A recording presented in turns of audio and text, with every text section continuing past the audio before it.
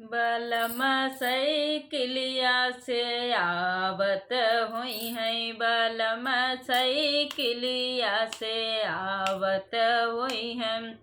हमरे बलम जी के बड़ी बड़ी मोछिया, हमरे बलम जी के बड़ी बड़ी मोछिया, हमरे बलम जी के बड़ी बड़ी मोछिया।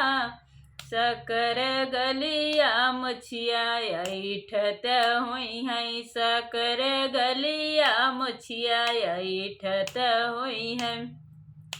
शकर गलिया मुछिया ऐठत हुई है, शकर गलिया मुछिया ऐठत हुई है। बलम साइकिलिया से आवत हुई है, बलम साइकिलिया से आवत हुई है, बलम साइकिलिया से आवत हुई है।